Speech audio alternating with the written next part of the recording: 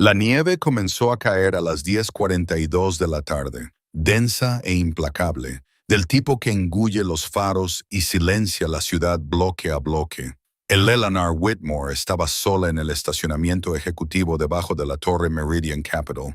Su aliento empañaba el aire helado y la pantalla de su teléfono proyectaba una pálida luz sobre su rostro. El mensaje había llegado hacía 11 minutos, 14 palabras que podían deshacer 8 años de trabajo. Quórum confirmado. Votación reprogramada para las 8 de la mañana del jueves, Aspen Ridge. Esté allí o renuncie. Miró fijamente las palabras hasta que se difuminaron. Aspen Ridge estaba a 400 metros de distancia, atravesando un puerto de montaña que cerraba sin previo aviso cuando pasaban tormentas como esta. Su servicio de transporte ya había llamado para cancelar. El aeropuerto había suspendido todas las salidas hasta la mañana siguiente. Una concesión, le había explicado tranquilamente su abogado por teléfono, se consideraría un consentimiento. El grupo Harmon completaría la adquisición antes de que ella pudiera presentar una sola orden judicial. Había construido Meridian a partir de una consultoría de 2 personas en un espacio de oficinas compartido en Wicker Park. Había sobrevivido a una ruptura hostil con su socio en el 3er año, a una quiebra casi total en el 5º año y a una auditoría federal que le costó 18 meses de sueño. Lo había hecho sin red de seguridad, sin capital heredado, sin una sola persona que le dijera que no podía fracasar, porque no era el tipo de persona a la que le afectaba el fracaso. Lo había hecho con sus manos y su mente, y con una terquedad que su madre siempre había calificado como su peor cualidad.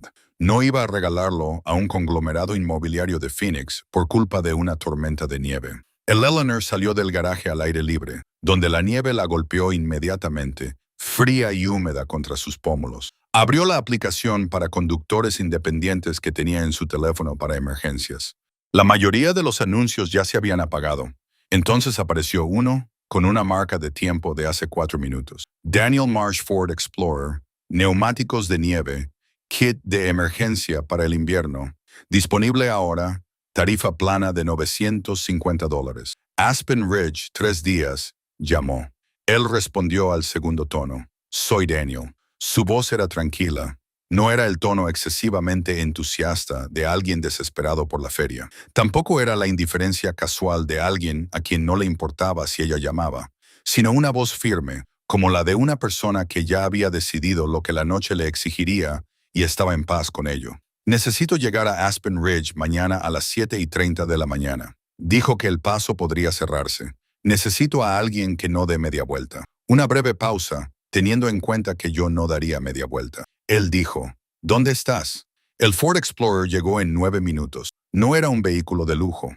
El exterior tenía los arañazos y las manchas de sal de un coche de trabajo en un invierno de Chicago. Pero cuando el Eleanor abrió la puerta del copiloto, se fijó inmediatamente en los neumáticos. Banda de rodadura agresiva, flanco grueso, del tipo que se agarra al hielo en lugar de deslizarse sobre él.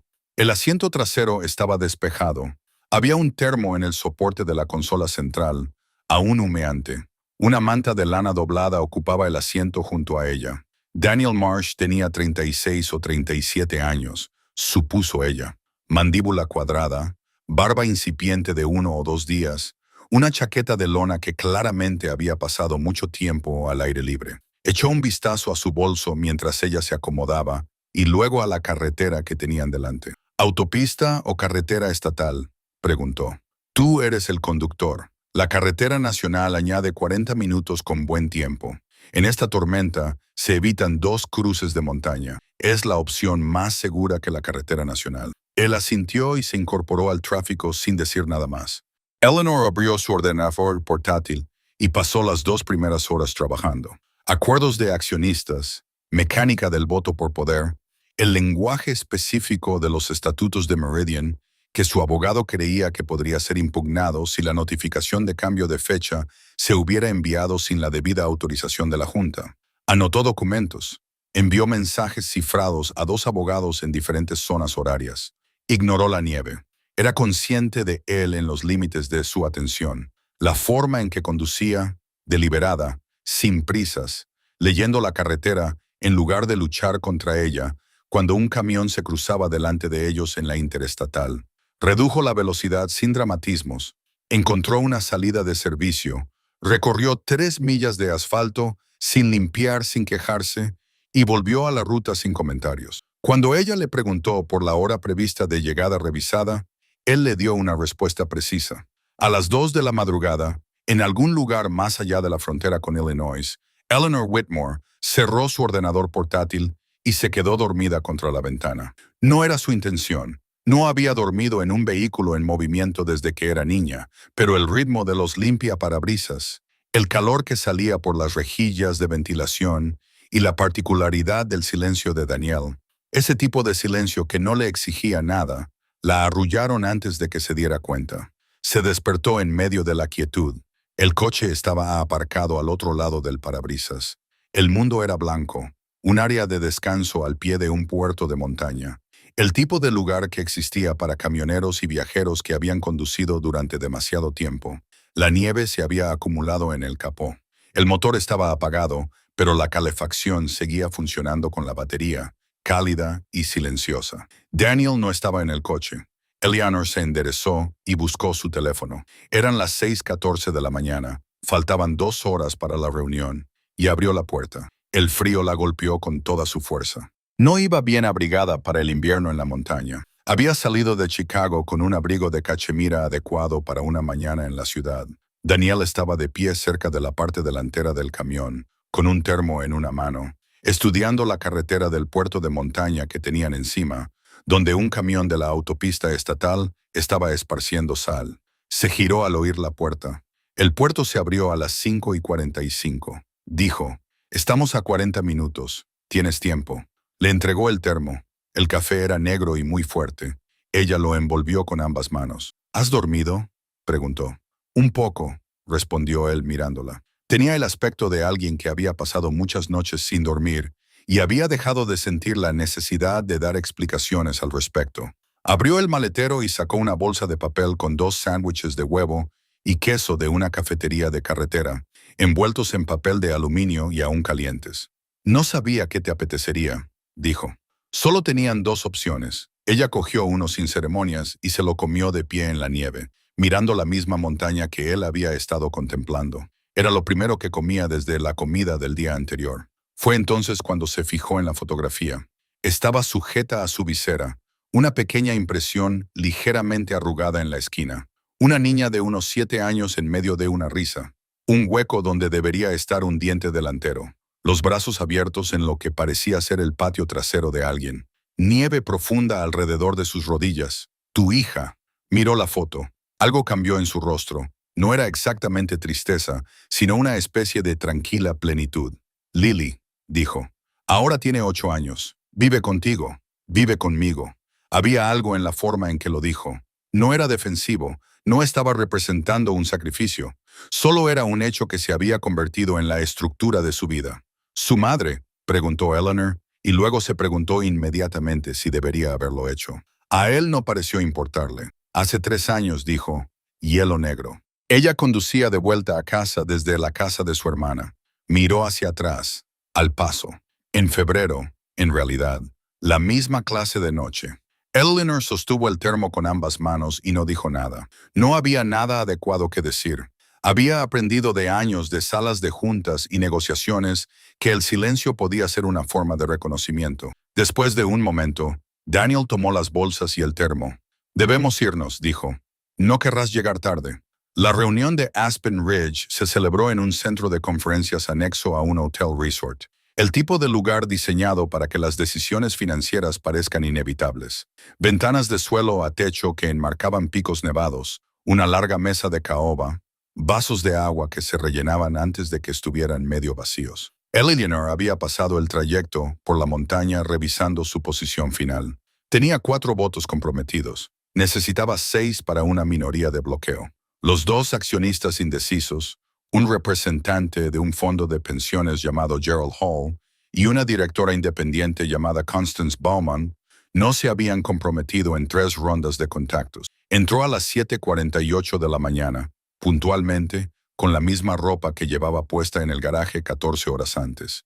Se había peinado en el baño del vestíbulo del hotel y se había arreglado la chaqueta. Sabía que parecía alguien que había conducido a través de una tormenta de nieve en lugar de haber dormido en una suite.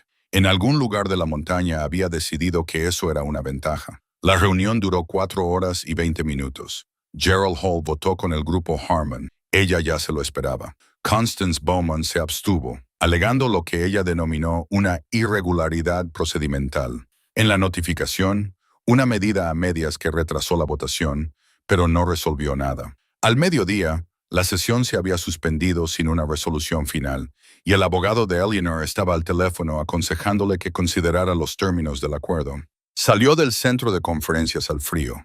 El cielo se había despejado. Las montañas se recortaban nítidas y blancas contra un azul tan brillante que parecía artificial. Se quedó en el aparcamiento mientras los demás asistentes salían a su alrededor, hablando en voz baja sobre reservas para cenar y cambios en los vuelos. Daniel estaba aparcado exactamente donde ella lo había dejado.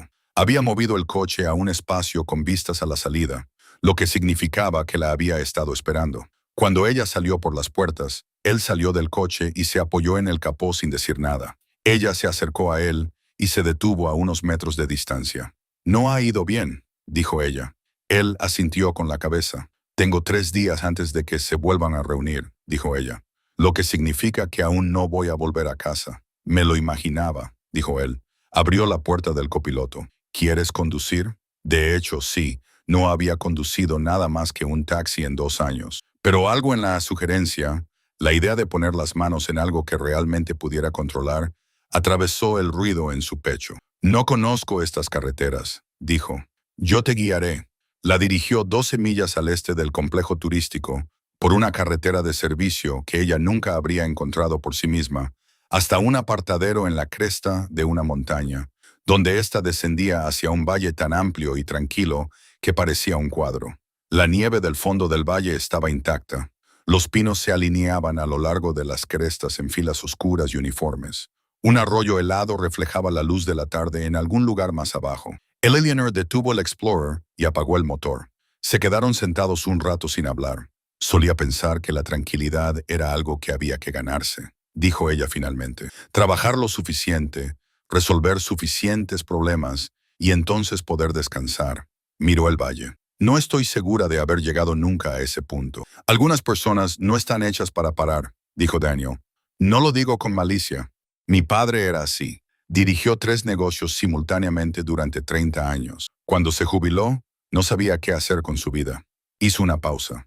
Murió 8 meses después de dejar de trabajar. Un ataque al corazón, totalmente evitable». Daniel observaba el valle. «¿Te dijo alguna vez que estaba orgulloso de ti?», preguntó. Ella soltó una risa seca y breve. «Una vez, en mi graduación del MBA, me dio la mano». Ella negó con la cabeza. «Pasé los siguientes 15 años intentando recrear la sensación de ese apretón de manos. El viento soplaba entre los pinos. Un halcón volaba en círculos sobre el suelo blanco del valle. Claire fue quien me hizo parar». Daniel dijo. «Mi mujer solía decir que estaba quemando ambos extremos de la cuerda». Exhaló lentamente. «Después de su muerte, pensé que quizá debería terminar de quemarla. ¿Qué sentido tiene controlarse cuando la otra persona ya se ha ido?» Eleanor se volvió para mirarlo. «¿Qué cambió?», preguntó. «Lily tuvo una pesadilla unas 3 semanas después del accidente. Entró en mi habitación a las 2 de la madrugada y se quedó allí, de pie, junto a la puerta. No dijo nada. Solo me miró como si necesitara saber que seguía estando bien. Él se quedó callado un momento. No puedes quemarte cuando alguien te vigila en la oscuridad».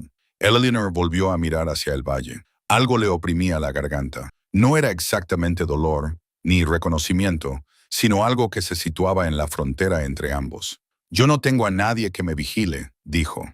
Su voz sonó más clara de lo que pretendía. «Lo sé», dijo él, y de alguna manera, viniendo de él, no era lástima, era simplemente la verdad.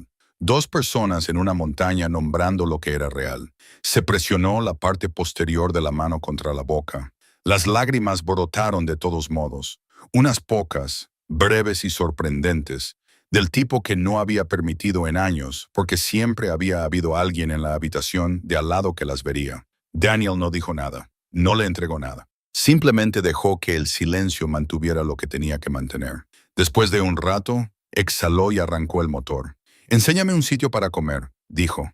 «Conozco un sitio». La segunda votación tuvo lugar 2 días después, un jueves por la mañana que había amanecido despejado y se había vuelto gris a las 9. Eleanor había pasado el tiempo, entre tanto, reuniéndose individualmente con dos de los votantes indecisos, presentándoles una propuesta reestructurada que ofrecía al grupo Harmon una posición de socio minoritario en lugar de la adquisición total. Su abogado creía que era defendible. Constance Bowman había escuchado durante 40 minutos y había hecho preguntas cuidadosas. Gerald Holt no había devuelto sus llamadas. A las 10:17 de la mañana, la votación fue de 54 en contra.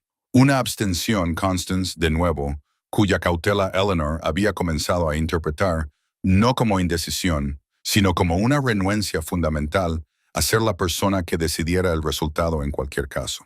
5 no eran suficientes. El representante del grupo Harmon, un hombre llamado Bradford Cole, que irradiaba la pulida confianza de alguien que nunca había dudado de un resultado en su vida profesional, estrechó la mano de 2 de los miembros de la Junta y comenzó a redactar los términos con su abogado al otro extremo de la mesa. Eleanor recogió sus materiales. Lo hizo lenta y deliberadamente, tal y como se había enseñado a sí misma a hacer las cosas cuando se mantenía firme por voluntad propia. Afuera, el cielo se había nublado aún más. Estaba a punto de nevar. Aún no con fuerza, pero era inevitable. Se paró en lo alto de las escaleras exteriores del complejo turístico, miró el estacionamiento y comprendió con una claridad inesperada que había perdido. Meridian Capital, tal como había existido durante 8 años, había llegado a su fin. Daniel estaba estacionado donde siempre. Tenía el motor encendido, lo que significaba que la calefacción estaba encendida. Ella caminó hacia el auto, se subió y se sentó sin hablar durante 1 minuto completo. «¿Votaron?», dijo ella. «Sí». Miró sus manos en su regazo. Afuera, los primeros copos comenzaban a caer. «Yo construí esa empresa», dijo. «No en el sentido de que trabajé duro en ella. Quiero decir que la hice desde cero. Elegí a cada persona que contratamos. Elegí lo que representábamos. Elegí lo que no haríamos, incluso cuando hubiera sido más fácil hacerlo». Apoyó las palmas de las manos sobre sus muslos. «Y ahora Bradford Cole puede poner su nombre en ella». Daniel miraba el parabrisas. «Tú sigues siendo tú», dijo. Ella se volvió para mirarlo. «La empresa no eres tú», dijo. «Lo que construiste sigue construido. Las personas que contrataste siguen teniendo lo que obtuvieron al trabajar allí. Las decisiones que tomaste ya están en el mundo. Cole solo pone su nombre en la puerta». No era un pensamiento complicado.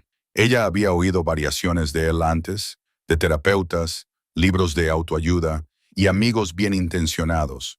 Pero viniendo de él, en este coche, en esta tarde, sonaba diferente, no como un consuelo, sino como un hecho. Ella asintió una vez. «Conduce», dijo. Él condujo.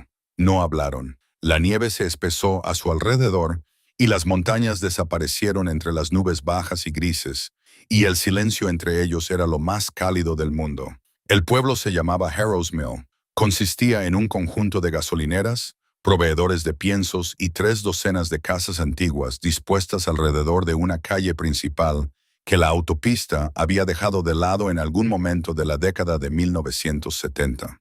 El restaurante, Patsy's, según un letrero pintado a mano sobre la puerta, olía a café quemado y masa de tarta, y a décadas de gente que se detenía allí porque no había ningún otro sitio donde parar. Se sentaron en una mesa junto a la ventana. Una mujer de unos 60 años les trajo los menús y el café sin que se lo pidieran.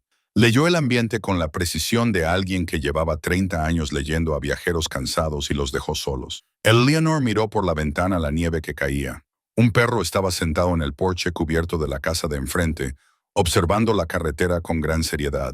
«Cuéntame algo sobre ella», dijo Eleanor. Daniel levantó la vista del menú. «Lily», dijo ella. «Cuéntame algo real», dijo él, dejando el menú sobre la mesa. Una pequeña sonrisa apareció en la comisura de sus labios, del tipo involuntario, el que la gente produce cuando un recuerdo llega antes de que puedan prepararse para ello. «Construyó un laboratorio de nieve el invierno pasado», dijo él. En el patio trasero encontró un kit de ciencias en la venta de la biblioteca, una de esas cajas de actividades para niños, y se lo tomó muy en serio. Pasó 2 semanas recogiendo muestras de nieve en pequeños vasos, etiquetándolo todo, dibujando gráficos, ¿Qué estaba probando? Si la nieve de diferentes partes del jardín se derretía a diferentes velocidades en función de la exposición al sol. Hizo una pausa. Ella tenía razón. En realidad, las muestras de debajo del arce tardaron casi 40 minutos más. Eleanor sintió que algo se aflojaba en su pecho. Parece alguien que no acepta lo que le dicen. Lo acepta. Eleanor se rió. Fue una risa sincera. Sin estrategia, la primera risa auténtica en lo que parecían días. Yo era así, dijo. Mi maestra de tercer grado le dijo a mi madre que yo era agotadora. Apuesto a que lo eras. Llegó la comida. Comieron en un cómodo silencio durante un rato, y la nieve seguía cayendo fuera, y al perro de enfrente se le había unido un segundo perro, y el restaurante se mantenía cálido. En algún momento, Daniel se inclinó sobre la mesa para coger el azucarero, y su mano pasó cerca de la de ella, y se quedó allí un momento, y ninguno de los dos se apartó. Más tarde, mucho más tarde, Eleanor pensaría en lo que sintió en ese momento. No era exactamente emoción, era algo más tranquilo, esa sensación particular de darte cuenta de que has estado solo tanto tiempo, que has dejado de notar la forma de la ausencia y de repente la notas de golpe. Él se inclinó ligeramente hacia adelante. Ella no se apartó. El beso fue breve y cauteloso, de esos que plantean una pregunta en lugar de responderla. Él se apartó y la miró fijamente. Ella lo miró. Afuera, la nieve caía sin piedad ni disculpa, indiferente a todo excepto a su lenta acumulación. Salieron de Harrow's Mill al amanecer del viernes, el día después de la votación final. El camino a casa era un descenso de 280 millas por la montaña, seguido de un largo tramo llano a través de la llanura de Illinois. La nieve había dejado de caer durante la noche, y el cielo estaba despejado y brillante, de ese azul frío que solo llega después de las tormentas. Esta vez condujo Daniel. Eleanor se sentó en el asiento del copiloto y observó cómo las montañas se alejaban por el retrovisor. En el camino a casa hablaron de otra manera. No eran las conversaciones cautelosas de dos personas que se enfrentaban a algo incierto, sino la conversación más distendida de personas que ya habían tomado una decisión y ahora estaban averiguando lo que significaba. Ella le contó los años anteriores a Meridian, cuando trabajaba 70 horas a la semana en una empresa financiera del centro, vivía en un apartamento estudio en Pilsen y cenaba cereales porque cocinar le parecía un lujo para el que no tenía tiempo. Él le contó los años posteriores a Claire, aprendiendo a hacer la compra para un niño de 8 años afligido que tenía opiniones muy firmes sobre qué marca de macarrones era aceptable, aprendiendo a hacer trenzas mal y luego, menos mal, aprendiendo que los cuentos antes de dormir no eran opcionales, nunca lo habían sido y nunca lo serían, por muy cansado que estuviera. ¿La echas de menos?, preguntó Eleanor. A tu esposa. Él se quedó callado un momento. Echo de menos la versión de mí mismo que existía cuando ella estaba viva, dijo. El que aún no sabía lo que era capaz de perder. Una pausa. Me encanta cómo somos Lily y yo ahora, pero puedo llevar ambas cosas. La pradera apareció gradualmente a medida que las montañas se alejaban, llana, blanca y enorme. El tipo de paisaje que te hacía sentir pequeño y necesario al mismo tiempo. No sé cómo hacer esto, dijo Eleanor. Ella miraba la carretera, no a él. ¿Hacer qué? Lo que sea esto. Hizo un gesto vago hacia el espacio que los separaba. He tenido relaciones antes, pero siempre me parecieron otro tipo de trabajo, algo que había que optimizar, que había que hacer bien. Quizá ese era el problema, dijo él. Ella lo pensó. Si hacemos esto, dijo él, eligiendo deliberadamente sus palabras, no será algo temporal. Tengo una hija y una vida que está organizada específicamente en torno a la consistencia. No puedo hacer algo que desaparezca al cabo de un mes, dijo ella, volviéndose para mirarlo. A mí tampoco me interesa lo temporal, dijo. Él asintió con la cabeza, sin apartar la vista de la carretera. Entonces iremos despacio, dijo, y con honestidad. Puedo ir despacio, dijo ella. La honestidad puede que requiera práctica. Esperaré, dijo él simplemente. Recorrieron los últimos 60 metros hasta Chicago, en un silencio que no tenía nada de incómodo. El ático estaba en la planta 43 de una torre de cristal en el barrio de River North. Eleanor lo había comprado hacía 4 años como inversión en la certeza de su propio éxito. Techos altos, ventanas de suelo a techo, una cocina que rara vez usaba, una vista del lago que había dejado de ver porque lo miraba todos los días. Entró a las 6 de la tarde y se quedó en la entrada con su bolso y su abrigo, mirando el espacio que siempre le había dicho que había llegado y sintiendo por primera vez lo frío que estaba. No la temperatura, sino la calidad del frío, la sensación que da un espacio cuando nadie ha estado en él durante 3 días y no se espera que vuelva nadie. Dejó el bolso y se acercó a las ventanas. El lago estaba gris e inquieto. La plataforma de hielo a lo largo de la orilla se rompía en placas móviles. La ciudad brillaba debajo de ella. Había trabajado para conseguir todo esto, lo había conseguido y estaba allí a las 6 de la tarde, después de perder lo que había trabajado. Y no sabía cómo iba a ser el siguiente capítulo de su vida. Su teléfono vibró.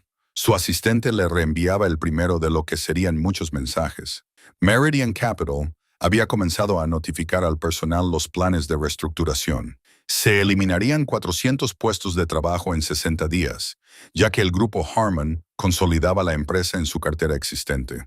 400 personas. Eleanor se sentó en el sofá y volvió a leer el mensaje. Ella misma había contratado a muchos de ellos, sabía los nombres de sus hijos, había escrito cartas de referencia, asistido a bodas y recordaba quién era alérgico al marisco cuando pedían catering para las reuniones del equipo.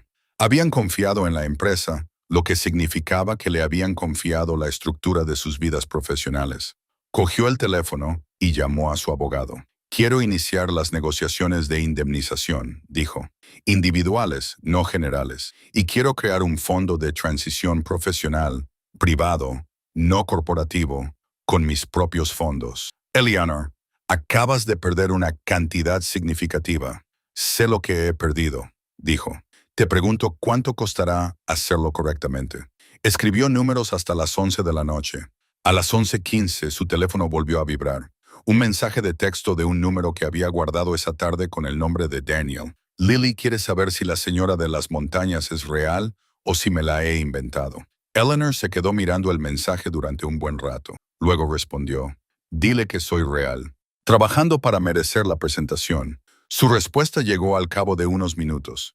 Ella dice, es una buena respuesta. Eleanor dejó el teléfono boca abajo sobre la mesa de centro y por primera vez en semanas se acostó antes de medianoche. El mensaje llegó un martes. Lily tiene un partido al aire libre el sábado. Se prevé que nieve poco. No hay presión. No hay presión, pero me pidió que te lo preguntara. Eleanor reorganizó 2 reuniones. No le dijo a nadie a dónde iba el sábado por la mañana. El campo estaba en un parque de Logan Square. El tipo de parque que hay en los barrios obreros, sin comodidades, solo césped y vallas metálicas y padres con parcas sosteniendo vasos de papel con chocolate caliente comprados en el puesto de comida. La nieve, como se había pronosticado, era ligera, una fina capa sobre el césped, suficiente para mostrar por dónde habían corrido los jugadores. Eleanor llegó cuando terminaban los calentamientos. Vio a Daniel cerca de la línea de banda, de pie con un grupo de otros padres, con una chaqueta de lona que parecía inadecuada para la temperatura. Él la vio y levantó la barbilla en señal de reconocimiento, discreto, sin prisas, con la misma actitud que tenía en todo. Ella se acercó y se quedó a su lado. ¿Sabe que estás aquí?, preguntó Eleanor. Se lo dije esta mañana. Volvió a comer sus cereales. Eso es básicamente el entusiasmo de Lily. El partido comenzó. Lily jugaba en el centro del campo. Era rápida y económica, nada llamativa. El tipo de jugadora que parecía pensar 2 pasos por delante. Su equipo perdía por un gol a 4 minutos del final cuando recibió un pase en el borde del área. Le dio un toque para controlar el balón y lo envió limpiamente al ángulo inferior. La portera no se movió. La banda estalló. Los padres vitorearon. 2 de las compañeras de Lily corrieron hacia ella y se lanzaron sobre ella. Ella soportó la colisión con la expresión contenida de alguien que había estado esperando este resultado y estaba ligeramente satisfecha de haberlo conseguido. Daniel exhaló junto a Eleanor, una respiración larga y lenta. Ella miró su rostro en ese momento, la luz particular que lo recorría. No era orgullo en el sentido performativo, era algo más interno, un hombre que veía a su hija existir en el mundo y lo encontraba suficiente. Eleanor sintió algo que no pudo nombrar de inmediato. Llegó lentamente, Como llega el calor a una habitación después de haber subido la calefacción, primero en los bordes y luego en todas partes. Había estado en salas de juntas, cuando se cerraban acuerdos y había sentido la aguda satisfacción de ello. Había estado presente en el cierre de adquisiciones y había sentido el clic de algo completado correctamente. Esto no era eso, era más silencioso y más desorientador porque no tenía una categoría para ello. Familia fue la palabra que finalmente se le ocurrió, una palabra que no había aplicado a sí misma en este sentido desde que era muy joven. Después del partido, Lily se acercó a ellos con la cautela de una niña que había estado observando desde la distancia y ahora estaba realizando una evaluación más cercana. Era pequeña para su edad, con los ojos oscuros de su padre y el aire de alguien que se formaba opiniones basadas en pruebas. Miró a Eleanor. «Papá dijo que conduces en medio de ventiscas», dijo Lily. Eleanor dijo, «Tu padre conducía, yo solo me quedaba despierta. Dice que eres inteligente, es generoso». Lily lo pensó. No suele ser generoso. Dijo que es preciso. Miró brevemente a su padre y luego volvió a mirar a Eleanor. «¿Te gusta el chocolate caliente?» «Mucho», respondió Eleanor. «Lo venden allí», dijo Lily, señalando el puesto de comida. «No es muy bueno, pero está caliente. El atributo más importante». Eleanor estuvo de acuerdo. Lily asintió, satisfecha, y se puso en marcha. El fondo de transición profesional tardó 6 semanas en estructurarse. Eleanor trabajó con 2 abogados laboralistas y una empresa de recolocación para crear paquetes individualizados para los empleados desplazados de Meridian, ampliaciones de indemnizaciones, asesoramiento para currículos y entrevistas, presentaciones directas a los responsables de contratación de empresas con las que había cultivado relaciones durante más de 15 años de actividad en el sector financiero de Chicago. Al final de la 6ª semana, 81 de los 400 habían confirmado nuevos puestos. No era suficiente. Sabía que no era suficiente, pero era lo que podía hacer con lo que tenía. Y había aprendido en algún lugar de una montaña en medio de una tormenta de nieve que hacer lo que se podía con lo que se tenía no era una forma menor de éxito. También había comenzado discretamente a hacer entrevistas para su próximo puesto. No como directora general, aún no estaba preparada para eso, y había empezado a dudar de su propia preparación para las cosas. Algo más pequeño, un puesto de asesora de reestructuración en una empresa mediana. Un trabajo que le permitiera utilizar sus conocimientos sin tener que ser el centro de todo. A finales de febrero tenía 2 ofertas. La cena fue idea de Daniel. «Una cena como Dios manda», dijo él, «no en una parada de camiones, ni en un restaurante de montaña, ni comida para llevar que se come delante del portátil». Había reservado mesa en un restaurante del West Loop que tenía servilletas de tela y carta de vinos, y en el que había que reservar con antelación. Eleanor llegó puntual. Llevaba el mismo abrigo de cachemira que había llevado al aparcamiento 6 semanas antes, lo que le parecía una especie de sinceridad sobre dónde había empezado todo. Él ya estaba allí. Se levantó cuando ella entró, algo que ella no esperaba, y ella se fijó en la pequeña deliberación de ese gesto. Pidieron, hablaron. Era más fácil de lo que cabría esperar para 2 personas que ya se habían visto en los peores momentos de sus respectivos inviernos, lo que hacía que todo lo demás pareciera navegable en comparación. Al final de la comida, mientras tomaban café, su teléfono vibró. Él lo miró y se lo mostró a ella. El mensaje de Lily decía, «Papá sonríe más ahora». Eleanor lo leyó 2 veces. Levantó la vista hacia Daniel, que la observaba con la paciencia constante que lo había caracterizado desde el principio. «Va a ser abogada», dijo Eleanor. «O investigadora científica», dijo él. «Todavía lo está decidiendo». Eleanor cogió su propio teléfono y escribió una respuesta a su propio número, algo que podía llevarse consigo. «Dile que es por la señora de la ventisca y por él, y por un laboratorio de nieve y una fotografía con un hueco en el parasol». No lo envió. Lo dejó en la pantalla un momento y luego dejó el teléfono. Fuera de las ventanas del restaurante, volvía a nevar, ahora con más suavidad que en febrero. Era el tipo de nieve que caía a finales del invierno, cuando el frío ya casi había terminado, pero aún no lo sabía. Caía sobre las aceras, los coches aparcados y las estrechas calles del West Loop, y se disolvía al tocar el cristal caliente. 3 días después, un domingo por la tarde, cuando el cielo era del pálido azul grisáceo del invierno, liberando su agarre, El Eleanor condujo hasta una casa en Pilsen, donde un pequeño patio trasero albergaba un arce inactivo y las pruebas comprimidas de un laboratorio de nieve que había funcionado el pasado febrero y que, si se daba la oportunidad, volvería a funcionar. Lily abrió la puerta trasera antes de que Eleanor llamara. «Vamos a volver a hacer el experimento», dijo Lily sin preámbulos. «Las variables son diferentes este año porque tenemos más nieve en el lado norte. ¿Sabes algo sobre variables controladas?» «Algunas», dijo el Eleanor. «Bien». Lily dijo que puedes ayudar con el registro.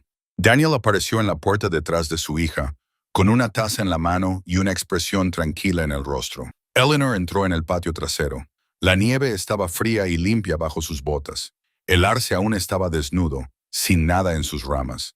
Lily ya había dispuesto sus vasos de muestra en una cuadrícula, 8 en total, etiquetados con una letra cuidadosa y colocados a intervalos precisos por todo el jardín. Eleanor se agachó en la nieve junto al primer vaso y miró la etiqueta. La leyó. Levantó la vista hacia Lily. «Esquina norte, sombra matinal», dijo. «Correcto», Lily dijo con la satisfacción de alguien cuya hipótesis ya se había confirmado.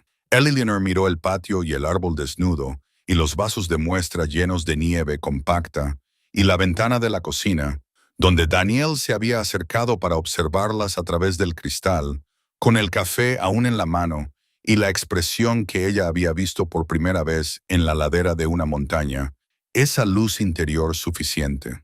Ya no era la directora general de nada. Estaba agachada en un patio trasero nevado en Pilsen, sosteniendo un portapapeles para un científico de 9 años, y se dio cuenta de que nunca se había sentido menos perdida. La nieve comenzó a derretirse lentamente en los recipientes a diferentes velocidades, exactamente como requería el experimento. Empezó a anotar los números.